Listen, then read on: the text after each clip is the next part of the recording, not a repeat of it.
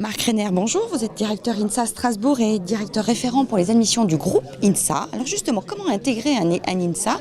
Comment faire sur Parcoursup? Alors pour 2019, ce qui sera très important, c'est de s'intéresser aux établissements le plus tôt possible. Ça veut dire dès les salons. Les salons démarrent au mois d'octobre, donc aller sur les salons pour voir la présence des INSA qui se présentent toujours en groupe. Donc vous aurez les informations sur l'ensemble des établissements du groupe. S'intéresser à la plateforme Parcoursup dès son ouverture, ça veut dire en général c'est pendant les vacances de Noël que la plateforme ouvre, où vous pourrez effectivement voir les différents établissements, les sélectionner sans les classer parce que c'est la nouvelle procédure, et parallèlement à ça de bien soigner parce que ce sont des établissements sélectifs, de bien soigner son dossier de première et de terminale. Alors pour la première c'est fait parce que c'est derrière vous si vous êtes concerné par 2019. Pour la terminale vous avez bien entendu encore les cartes en main. Pour avoir effectivement les meilleurs dossiers dans l'ensemble des matières et pas que les matières scientifiques.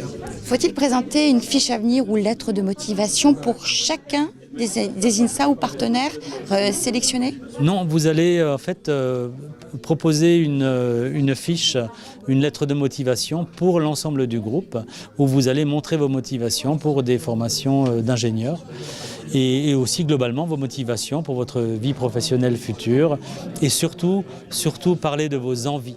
Donc c'est en fait quelque chose de très positif de se projeter en avant en matière d'envie. Si vous avez des passions, n'hésitez pas à en parler dès la lettre de motivation.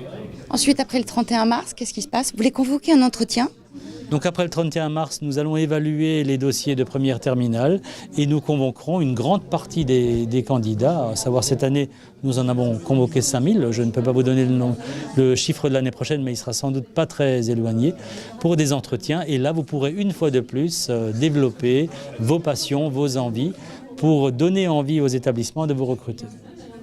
Ensuite, le 22 mai, il ne reste plus qu'à regarder les établissements qui vous auront fait des propositions. Donc cette année, c'est le 22 mai, ça sera probablement dans ces eaux-là en 2019. Vous verrez les résultats, c'est-à-dire combien d'établissements vous disent « on vous prend », donc ce sont les 8.